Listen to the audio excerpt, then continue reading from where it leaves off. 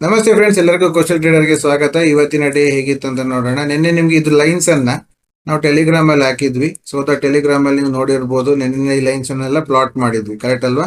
Same lines ಇವತ್ತು work ಆಗಿದೆ. ನೀವು ಇಲ್ಲಿ ಕ್ಲಿಯರ್ ಆಗಿ ನೋಡ್ಬೋದು. ಬೆಳಿಗ್ಗೆ ಮಾರ್ಕೆಟ್ ಇಲ್ಲಿಂದ ಮೂವ್ಮೆಂಟ್ ಆದಂತಹ ಮಾರ್ಕೆಟ್ ಮಧ್ಯದಲ್ಲಿತ್ತು.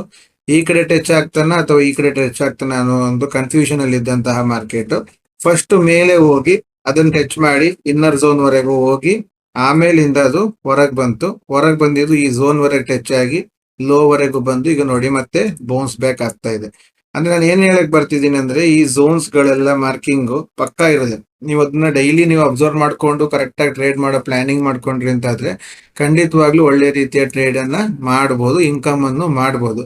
ಯಾಕೆ ನಾವು ಬೆಳಿಗ್ಗೆನೆ ನಿಮ್ಗೆಲ್ಲ ಸ್ಕ್ರೀನ್ ಶಾಟ್ಸ್ ಹಾಕಿದ್ವಿ. ಯಾಕೆ ನಾವು ಮಾಡಿದ್ವಿ. ನಾವು ನೋಡಿ 15 ಪಾಯಿಂಟ್ 20 ಪಾಯಿಂಟ್ 114ರಿಂದ 135 ಸಿ ನಲ್ಲಿ ಕೆಲವರು 145ವರೆಗೂ ಕೂತಿದ್ರು. ಅದಾದ್ಮೇಲಿಂದ ಮಾರ್ಕೆಟ್ ಸ್ವಲ್ಪ ಸ್ಲೋ ಇತ್ತು. ನಂತರ ಮಧ್ಯಾಹ್ನ ಮೇಲೆ ತಿರ್ಗಾ ಒಂದು ಮೊಮೆಂಟಮ್ ಬಂತು. ಆ ಮೊಮೆಂಟಮ್ ಅನ್ನು ಕೊಟ್ಟಿದ್ವಿ.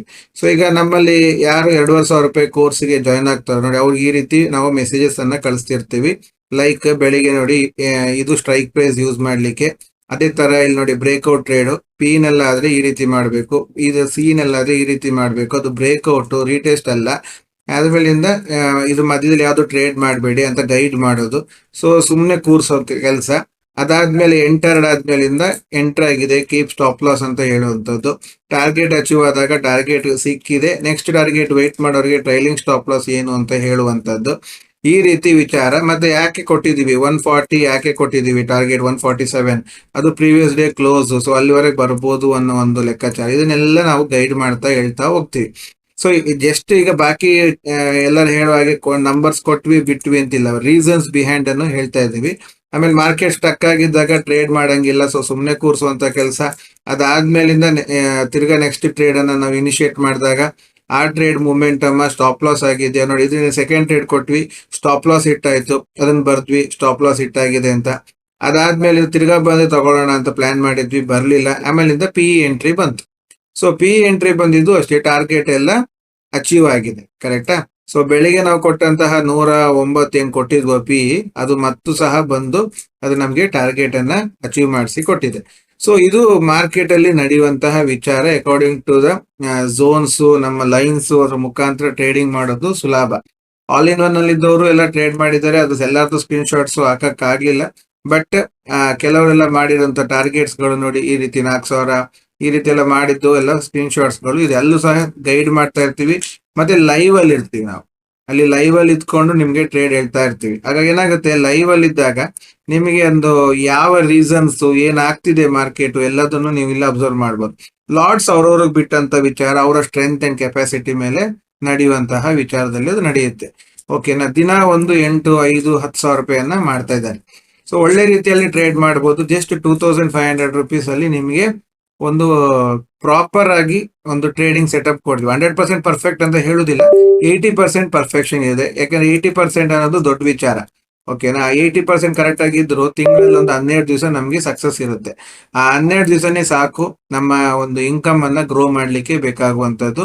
ಮತ್ತೆ ಒಬ್ರು ಗೈಡ್ ಮಾಡೋರು ಇದ್ರು ಅಂತಾದ್ರೆ ನಾವು ಸ್ವಲ್ಪ ಓವರ್ ಟ್ರೇಡಿಂಗ್ ಮಾಡುವಂತದ್ದು, ಆಮೇಲಿಂದ ರ್ಯಾಂಡಮ್ ಟ್ರೇಡ್ಸ್ ತಗೊಳ್ಳುವಂತದನ್ನೆಲ್ಲ ಅವಾಯ್ಡ್ ಮಾಡೋದಕ್ಕೆ ಬರುತ್ತೆ. ಸೊ ಯೂಟ್ಯೂಬ್ ಅಲ್ಲಿ ನೋಡ್ಕೊಂಡು ಯಾರೆಲ್ಲ ಫಾಲೋ ಮಾಡ್ತಿದ್ದೀರೋ ಅವರೆಲ್ಲ ಡೈರೆಕ್ಟ್ ಆಗಿ ಲೈನ್ಸ್ ಗಳನ್ನ ಫಾಲೋ ಮಾಡಿ, ನಾವು ಹೇಗೂ ಅದನ್ನ ಸ್ಕ್ರೀನ್ ಶಾಟ್ಸ್ ಗಳನ್ನ ನಿಮ್ಗೆ ಹಾಕ್ತಿವಿ. ಈಗ ನಾಳೆ ಹೇಗಾಗ್ಬೋದು ಮಾರ್ಕೆಟ್, ಎಕ್ಸ್ಪೈರಿ ಡೇ ಬೇರೆ ಇದೆ, ಏನಾಗುತ್ತಪ್ಪ ಮಾರ್ಕೆಟ್ ಅಂತ ಹೇಳಿದ್ರೆ, ಮಾರ್ಕೆಟ್ ನೋಡಿ, ಮಾರ್ಕೆಟ್ ಅದೇ ಝೋನ್ ಒಳಗೆ, ಈ ಝೋನ್ ಇಲ್ಲಿ ನೋಡ್ಬೋದು ಮೇಲ್ಗಡೆ, ಈ ಝೋನ್ ಇಂದ ಫಾಲ್ ಆದಂತಹ ಮಾರ್ಕೆಟ್ ಸೀದಾ ಕೆಳಗೆ ಬಂದಿದೆ, ಕರೆಕ್ಟ್ ಅಲ್ವಾ? ಈಗ ಅದ್ರ ಮಿಡ್ ಪಾಯಿಂಟ್ ಅಲ್ಲಿ ಒಂದು ಜಂಕ್ಷನ್ ಕ್ರಿಯೇಟ್ ಮಾಡಿ, ಇದು ಸೋಮವಾರ, ಮಂಗಳವಾರ, ಇವತ್ತು ಬುಧವಾರ. ಎಲ್ಲಿದೆ ಮಾರ್ಕೆಟ್?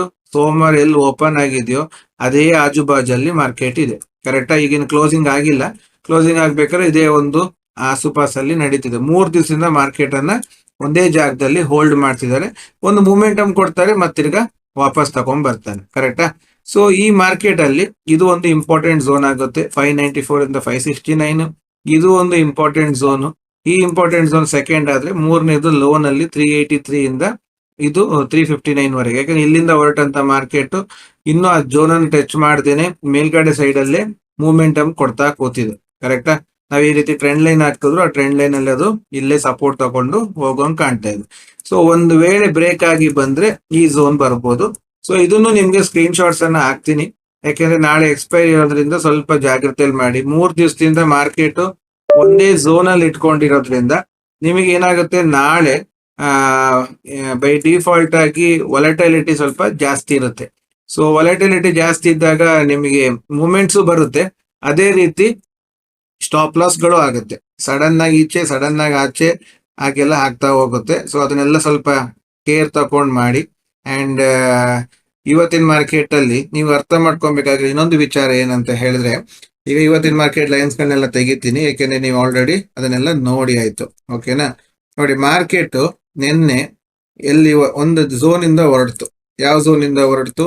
ಇಲ್ಲಿಂದ ಹೊರಟಿದ್ದಂತ ಮಾರ್ಕೆಟ್ ಸೀದಾ last end of the movement ಅಲ್ಲಿ ಎಂಡ್ ವರೆಗೆ ಬಂತು. ಕರೆಕ್ಟಾ?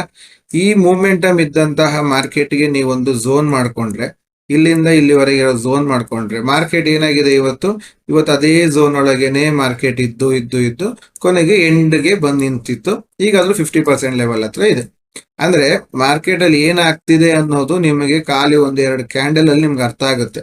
ಅದು ಏನ್ ಮೂಮೆಂಟಮ್ ಮಾಡ್ತಾ ಇದಾರಾ, ಏನ್ ಮಾಡ್ತಿದ್ದಾರೆ, ಪೊಸಿಷನ್ ಮಾಡ್ತಿದಾರಾ, ಯಾಕೆ ಈ ರೀತಿ ಆಗ್ತಿದೆ, ಯಾಕೆ ನಮ್ ಸ್ಟಾಪ್ ಲಾಸ್ ಹಿಟ್ ಆಗ್ತಿದೆ, ಇದನ್ನೆಲ್ಲ ನಿಮ್ಗೆ ಅಬ್ಸರ್ವ್ ಮಾಡ್ಲಿಕ್ಕೆ ಬರುತ್ತೆ. ಅಂಡ್ ನಾವು ಪಿ ಸೈಡ್ ನೋಡ್ಲಿಕ್ಕೆ ಕಾರಣ ಏನಂತ ಹೇಳಿದ್ರೆ, ನೋಡಿ, ಆಟೋಮೆಟಿಕ್ ಆಗಿ ಇಲ್ಲಿಂದ ಡೌನ್ ಸೈಡ್ ಬರ್ಲಿಕ್ಕೆ ಶುರು ಆಯ್ತು. ಸೊ ಐ ಅನ್ನ ಬ್ರೇಕ್ ಆಗದೆ ಡೌನ್ ಸೈಡ್ ಬರಕ್ ಶುರು ಆದಾಗ ಆಟೋಮೆಟಿಕ್ ಆಗಿ ನಮ್ಗೆ ಏನ್ ಅನ್ಸುತ್ತೆ, ಓಕೆ ಈಗ ಲೋ ಬ್ರೇಕ್ ಆಯ್ತು ಅಂತ ಹೇಳಿದ್ರೆ ನಾವು ಮತ್ತೆ ಪಿ ಸೈಡ್ ಅಲ್ಲಿ ಕೂತ್ಕೊಬಹುದು ಅಂತ. ಸೊ ಈ ಪಿ ಸೈಡ್ ಅಲ್ಲಿ ಕೂತ್ಕೊಂಡಾಗ ಈ ಟ್ರಯಾಂಗಲ್, ಅದೇ ಟ್ರಯಾಂಗಲ್ ಏನಾಯ್ತು, ಬ್ರೇಕ್ ಆಯ್ತು, ಈಗ ಬಂತು. ಈಗ ರೀಟೆಸ್ಟ್ ಮಾಡ್ಲಿಕ್ಕೆ ಇದು ಬರ್ತಾ ಇದೆ. ಈಗ ಇಲ್ಲಿವರೆಗೆ ಬರುತ್ತಾ, 50% ವರೆಗೆ ಬರುತ್ತಾ, ಅದು ಸೆಕೆಂಡ್ರಿ.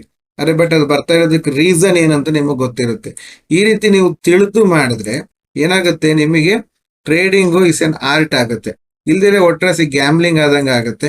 ಸೊ ಗ್ಯಾಮ್ಲಿಂಗ್ ಮಾಡ್ಕೊಳಕ್ ಹೋಗ್ಬೇಡಿ, ಆರ್ಟ್ ಆಗಿ ಇಟ್ಕೊಂಡು ಕಲ್ತು ಮಾಡಿ ಅಂತ ಹೇಳ್ತಾ ಇವತ್ತಿನ ವಿಡಿಯೋನ ಕಂಪ್ಲೀಟ್ ಮಾಡ್ತಾ ಇದ್ದೀನಿ. ನಾಳೆ ಎಕ್ಸ್ಪೈರಿ ಹೇಗಿರುತ್ತೆ ಅಂತ ನಾಳೆ ನೋಡೋಣ. ವಾಲಟಿಲಿಟಿ ಜಾಸ್ತಿ ಇರುತ್ತೆ, ಯಾಕಂದ್ರೆ 3 ದಿವಸದಿಂದ ಕನ್ಸಾಲಿಡೇಟ್ ಆಗಿದ್ರಿಂದ ವಾಲಟಿಲಿಟಿ ಜಾಸ್ತಿ ಇರುತ್ತೆ. ಸ್ವಲ್ಪ ಕೇರ್ಫುಲ್ ಆಗಿ ಮಾಡ್ಬೇಕಾಗಿರುವಂತ ವಿಷಯ ನಾಳೆ ಇರುತ್ತೆ. ನೋಡೋಣ ಹೇಗಾಗುತ್ತೆ ಅಂತ. Thank you very much.